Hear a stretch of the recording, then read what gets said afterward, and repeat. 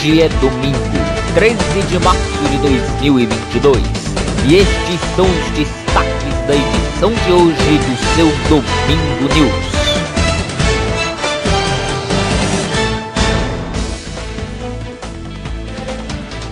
"18 dias de guerra. A Ucrânia vive sendo bombardeada. A cidade de Mariupol está devastada. Novos bombardeios, novos ataques e explosões foram registradas. Uma base militar ucraniana perto da fronteira com a Polônia foi atacada. Ao menos 35 pessoas morreram.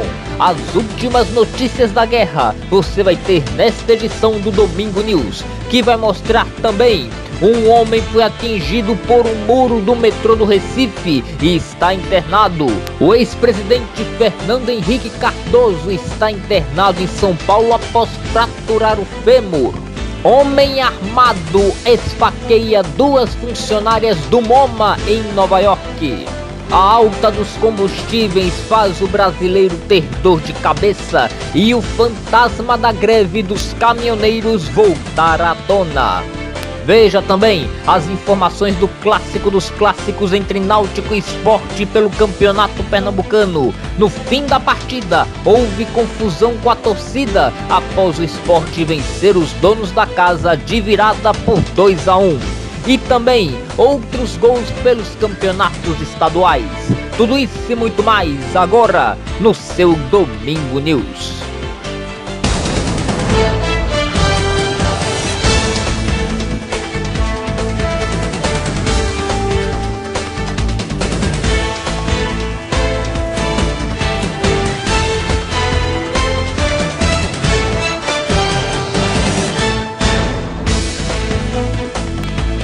Um ótimo domingo para você, está no ar o seu Domingo News e a gente já começa a edição trazendo uma triste notícia vinda da guerra da Ucrânia. O jornalista americano Brent Rinaldi, de 50 anos, foi alvejado a tiros por soldados russos numa cidade próximo de Kiev. Ele foi levado para um hospital na capital ucraniana, mas não resistiu aos ferimentos. Ele é o primeiro jornalista internacional a ser morto na guerra da Ucrânia. Este é Brent Rinaldi, que você vê na foto que estamos mostrando agora para vocês. O jornalista, ele já trabalhou no jornal americano The New York Times e estava na Ucrânia prestando serviços não somente ao The New York Times, mas para outros veículos de comunicação dos Estados Unidos, como o site Vice News e o canal a cabo HBO.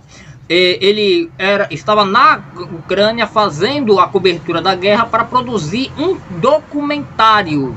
O jornalista, ele não estava na equipe do The New York Times, ele estava ali fazendo documentário, prestando serviços para o The New York Times e outros veículos americanos.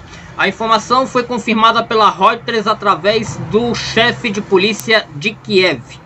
O Brent Rinaldi, ele estava numa cidade, como eu disse, estava numa cidade próxima à capital ucraniana, quando foi abordado e alvejado a tiros pelos soldados russos.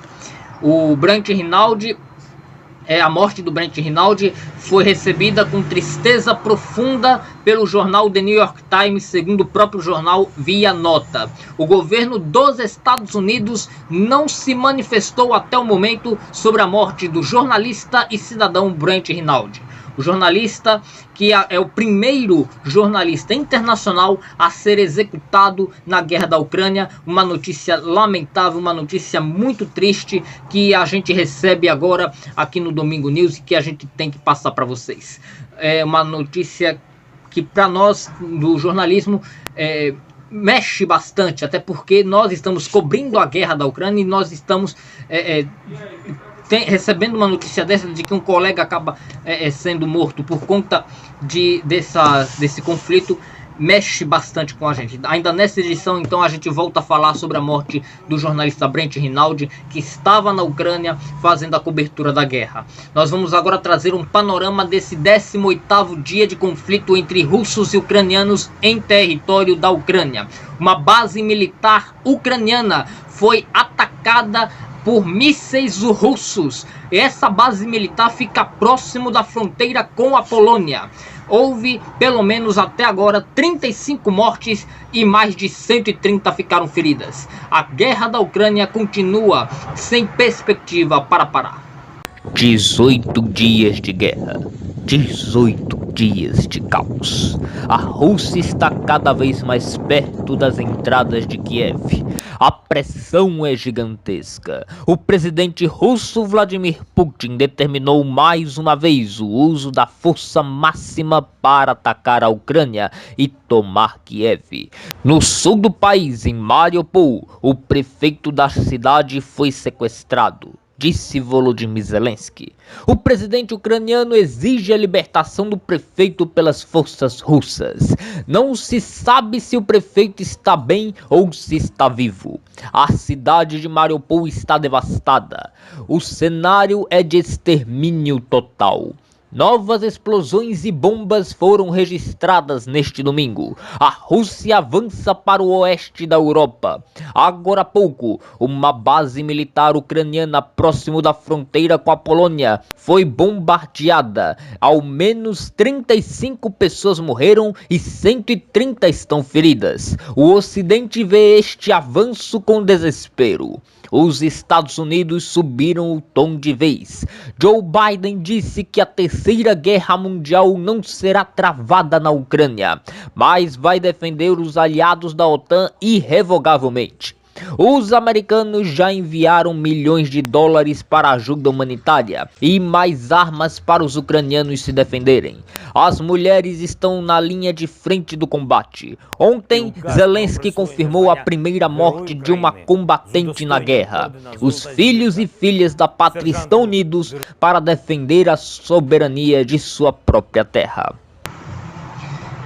Bom, uma notícia agora sobre os refugiados ucranianos. Na Itália, um ônibus que transportava ao menos 50 ucranianos que fugiram da guerra capotou numa estrada. Uma pessoa morreu e as demais ficaram feridas. Não se sabe ainda o estado de saúde de cada uma delas.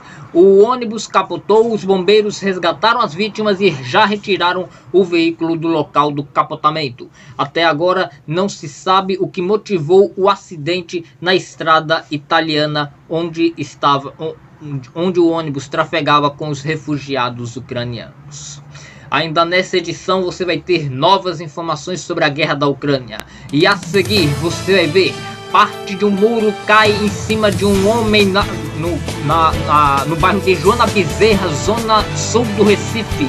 Você vai ver também: Fernando Henrique Cardoso, ex-presidente da República, fratura o fêmur e vai passar por uma cirurgia. O aumento dos combustíveis está causando dor de cabeça nos brasileiros e pode custar a cabeça de Bolsonaro nas eleições de outubro. E ainda as informações do clássico dos clássicos entre Náutico e Sport que aconteceu ontem pelo Campeonato Pernambucano. Logo ao fim da partida que teve vitória do Sport por 2-1, teve confusão entre os torcedores do Náutico. A gente volta já.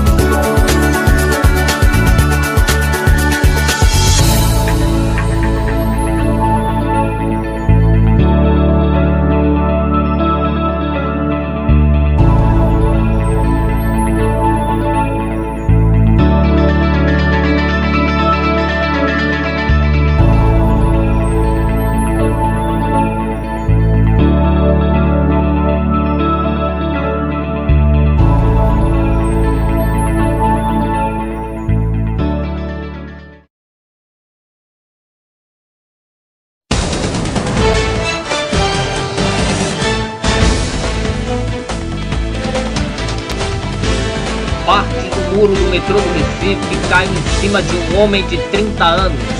O acidente aconteceu no fim da tarde da última sexta-feira. O homem estava, segundo a Companhia Brasileira de Trens Urbanos, cortando vegetação e estava numa escada quando a mureta acabou caindo. A mureta teria atingido também sua cabeça. Ele foi levado para o Hospital da Restauração. Na madrugada do dia seguinte já recebeu alta. Segundo um exame de tomografia feito na vítima no hospital, não houve perda de massa encefálica. O homem de 30 anos foi identificado como Marcos Roberto Bezerra da Silva. O acidente aconteceu na Avenida Central, da esquina com a Rua Nova Aurora, no bairro de São José, nas proximidades da estação de Joana Bezerra. É mais um acidente que acontece da mesma forma ali próximo da estação de Joana Bezerra em menos de 6 meses. Em outubro do ano passado, uma menina de 8 anos foi esmagada numa outra parte da mureta que caiu em cima dela no Dia das Crianças. A vítima foi levada para o Hospital da Restauração, ficou um tempo internada, mas já recebeu alta e já está em casa. A vítima da última sexta-feira, graças a Deus, também se recupera em casa. Na última sexta-feira, a Petrobras anunciou um reajuste astronômico, na quinta-feira, começou a vigorar na sexta. A Petrobras anunciou um reajuste astronômico para o consumidor em relação aos combustíveis. O reajuste que chega a quase 30% na gasolina, quase 20% no diesel e mais de 15% no gás de cozinha, o que pode acabar dobrando de valor, porque o reajuste de mais de 15% foi para as refinarias. Para as distribuidoras, o reajuste acaba geralmente sendo o dobro do que o que as refinarias recebem. E isso, claro, pegou todos de surpresa e vai dar muita dor de cabeça. Já há movimentos de caminhoneiros querendo fazer greves. Políticos apoiadores das categorias também apoiam a realização de uma mobilização. Até agora não há confirmação de os caminhoneiros fazerem greve ou não, mas existe já uma forte discussão para isso vir a ser realizado. O aumento dos combustíveis foi de 2 dígitos e já pegou todos de surpresa. A gasolina já disparou, assim como diesel e etanol. O gás de cozinha também subiu nas refinarias e deve disparar o preço já nas distribuidoras, onde o consumidor final, que somos nós, conseguimos o produto. A Petrobras alega que ficou 57 dias sem reajustar os preços e que a alta foi provocada pela guerra da Ucrânia, que acabou disparando o preço do barril de petróleo. Para conter a alta, o presidente Jair Bolsonaro mudou algumas regras do ICMS. O problema lá, se Rússia e Ucrânia se resolva rapidamente, porque nós estamos sofrendo as consequências a 10 mil quilômetros de distância. E vale a pena repetir. Ontem aprovamos no parlamento e também às 23 horas sancionamos um projeto de lei complementar, passou a ser uma lei complementar agora. Entre outras coisas, eu abri mão de todo o imposto federal no diesel, como já tinha aberto no passado no gás de cozinha. Pelo novo cálculo do ICMS, também o diesel ficou em torno de 27 centavos mais barato. Resumindo, ontem a Petrobras aumentou em 90 centavos o preço do combustível. Lamento que tinha ficado mais um dia. A Petrobras demonstra que não tem qualquer sensibilidade com a população. É Petrobras Futebol Clube, o resto que se exploda. Se tivesse atrasado um dia, eu sei que foi feito pedido por terceiros, tendo em vista a votação do projeto, em vez de anunciar ontem 90 centavos aumento no diesel, poderia ter anunciado 30 centavos. E nós, com essa lei aprovada agora, sancionada, lei complementar, a partir de hoje, menos 60 centavos no litro diesel. A gente espera que os postos de gasolina, nos combustíveis, na padaria, que aumentaram 90 centavos no dia de hoje, a partir de amanhã passe para reduzem em 60 centavos o litro diesel, que é muito pesado, mesmo assim, para o caminhoneiro. O governo deve decidir sobre o futuro da direção da estatal e já está em cogitação a mudança da política de preços da companhia. Os caminhoneiros estão insatisfeitos. Já houve protestos pelas estradas brasileiras e a cogitação de uma greve acontecer, desta vez mais forte, é alta. Para evitar a mobilização, Bolsonaro está tentando amenizar os impactos econômicos da crise e disse que os combustíveis aumentaram por causa dos governadores e da guerra da Ucrânia. Para os brasileiros que fazem fronteira com a Argentina, a opção é ir para o país vizinho para abastecer mais barato.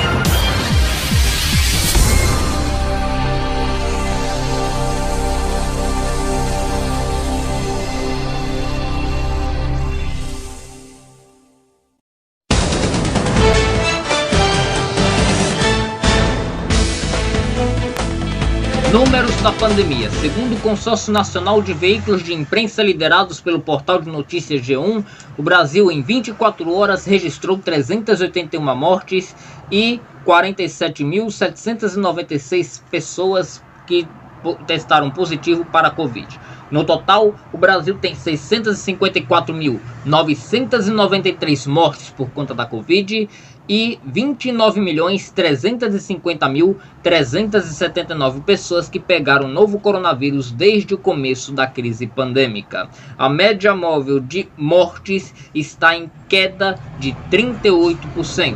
A média móvel de casos está em queda de 43%. Um único estado está em tendência de alta no número de mortes da Covid, que é o estado de Goiás. Um estado, que é o estado de Roraima, está em tendência de estabilidade. Os outros estados são o Distrito Federal, Paraná, Santa Catarina, Rio Grande do Sul, Espírito Santo, Minas Gerais, Rio, São Paulo, Mato Grosso do Sul, Acre, Amazonas, Amapá, Pará, Rondônia, Tocantins, Bahia, Alagoas, Sergipe, Ceará, Paraíba, Maranhão, Piauí, Rio Grande do Norte e Pernambuco estão em tendência de queda no número de casos e de mortes da Covid. O ex-presidente da República, Fernando Henrique Cardoso, fraturou o fêmur em casa. Ele está internado e deve passar nos próximos dias por um procedimento cirúrgico.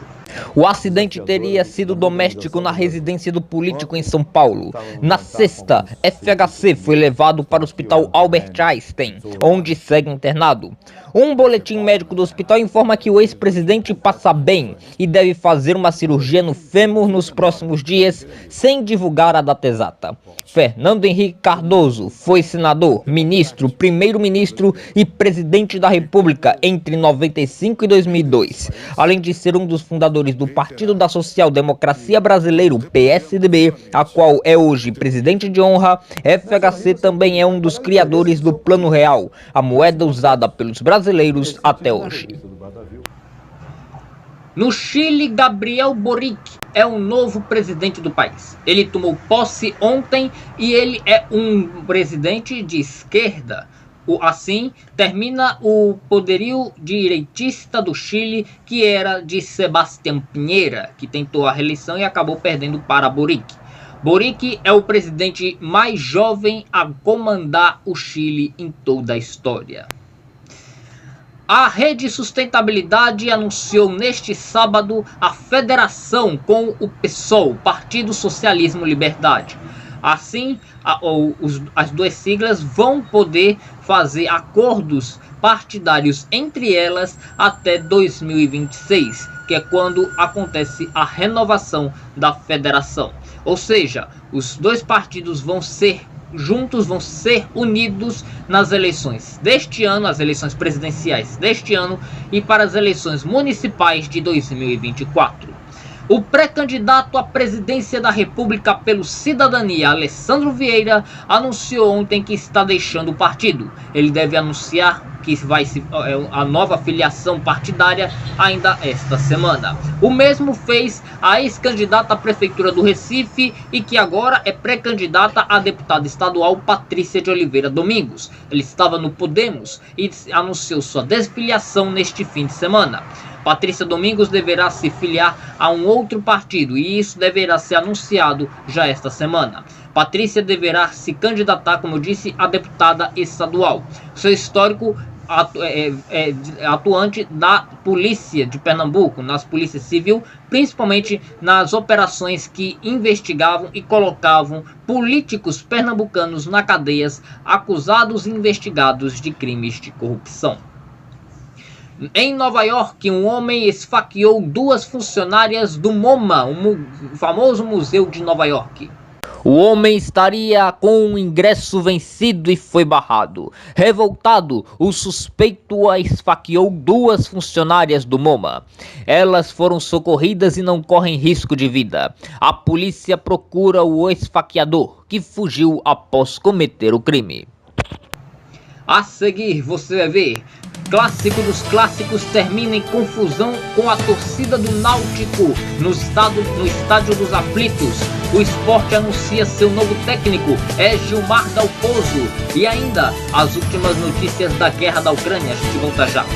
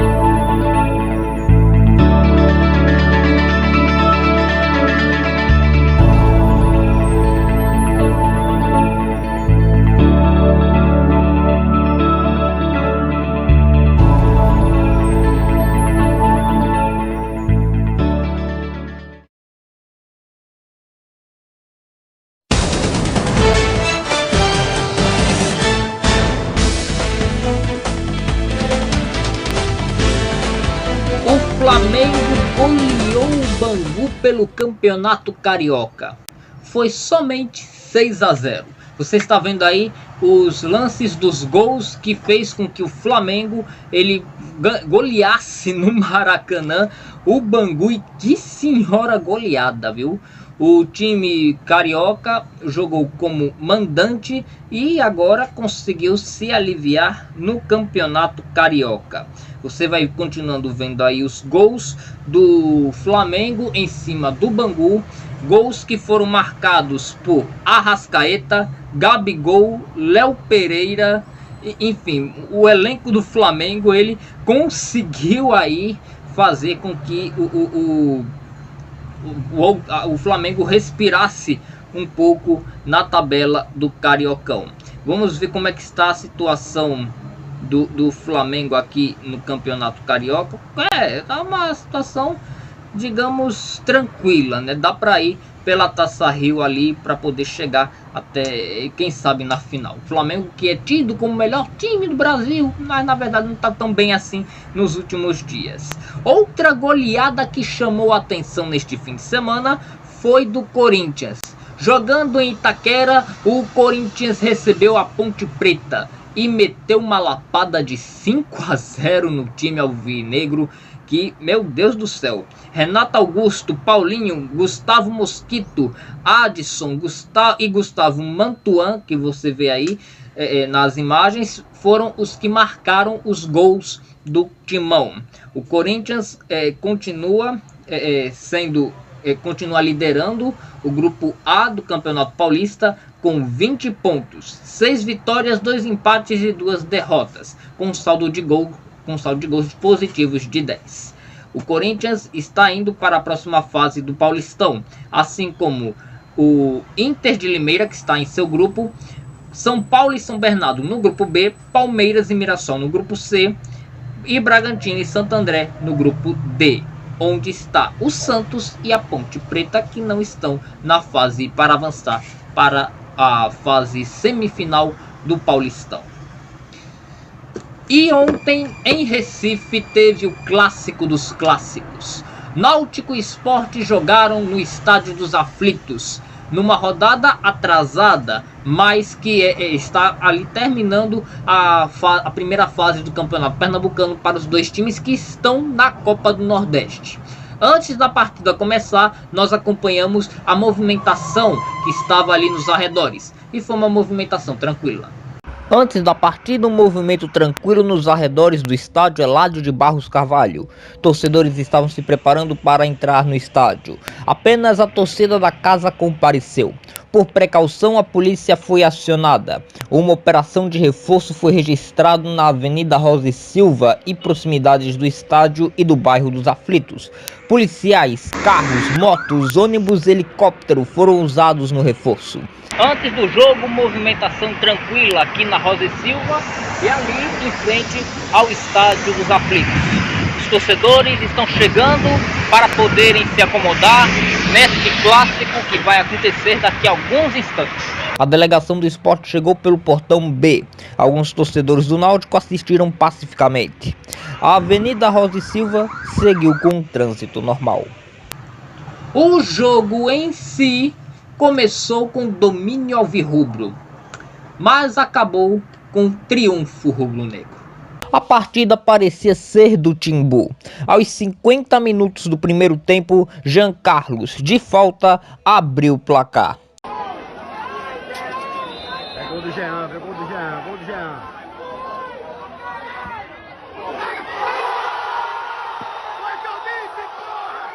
Mas o Sport, no segundo tempo, mesmo sendo dominado, conseguiu o empate com Búfalo aos 34 minutos.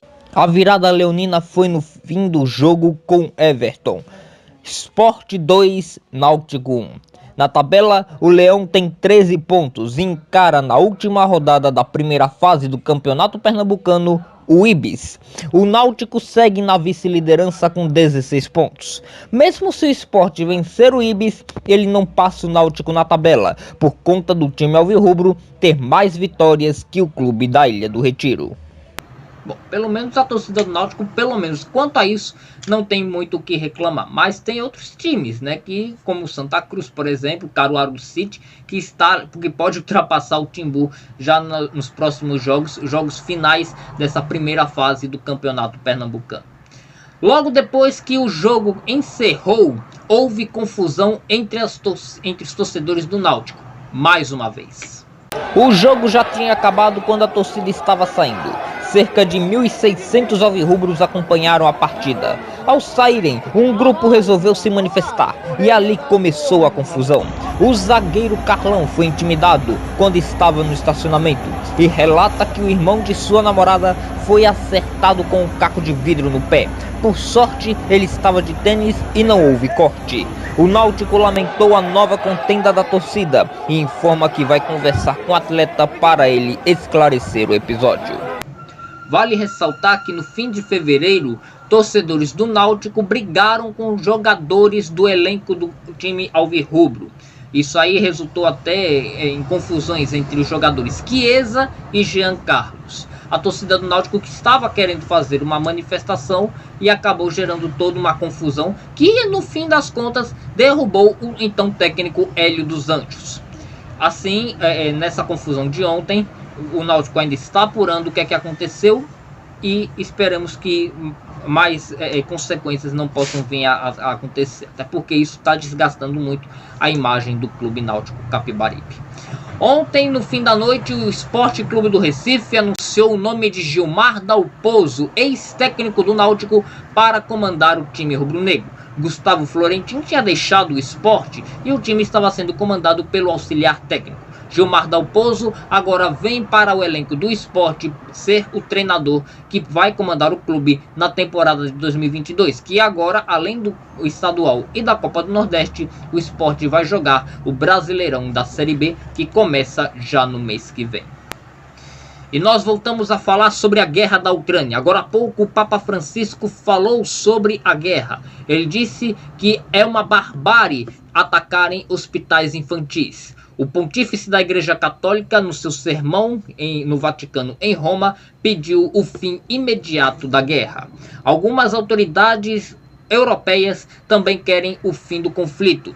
E há possibilidade, segundo o governo da Ucrânia, dos russos e ucranianos poderem se reunir em mais uma negociação de cessar-fogo ainda esta semana. O anúncio deverá ser feito ao longo da semana, mas existe essa possibilidade. Pelo menos aí já é uma boa notícia. Você vê aí agora a imagem do jornalista Brent Renaud. Ele tinha 50 anos, ele hoje foi executado por soldados da Rússia. Ele já trabalhou para o jornal americano The New York Times. O jornalista americano estava numa cidade próxima de Kiev. Segundo a agência de notícias Reuters, ele foi morto numa cidade que fica nos arredores de Kiev. A Reuters se baseia numa notícia que foi divulgada pelo chefe de polícia da capital ucraniana. Ele foi levado para o hospital em Kiev, mas acabou não resistindo. O jornal The New York Times, em nota, se manifestou dizendo que é uma tristeza profunda a perda do profissional.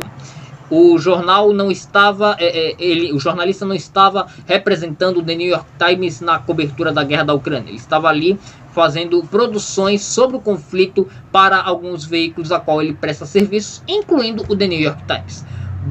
O jornalista foi encontrado com o crachá do jornal americano no bolso. Brent Renaud, ele é um jornalista premiado e estava junto com o irmão fazendo a cobertura dessa guerra que acabou resultando na sua morte. Vale ressaltar que ele morreu na cidade de Irpin, que fica ali nos arredores da capital ucraniana. Segundo o governo de Kiev, cerca de 1.300 soldados ucranianos já morreram na guerra da Ucrânia desde o seu começo, em 24 de fevereiro.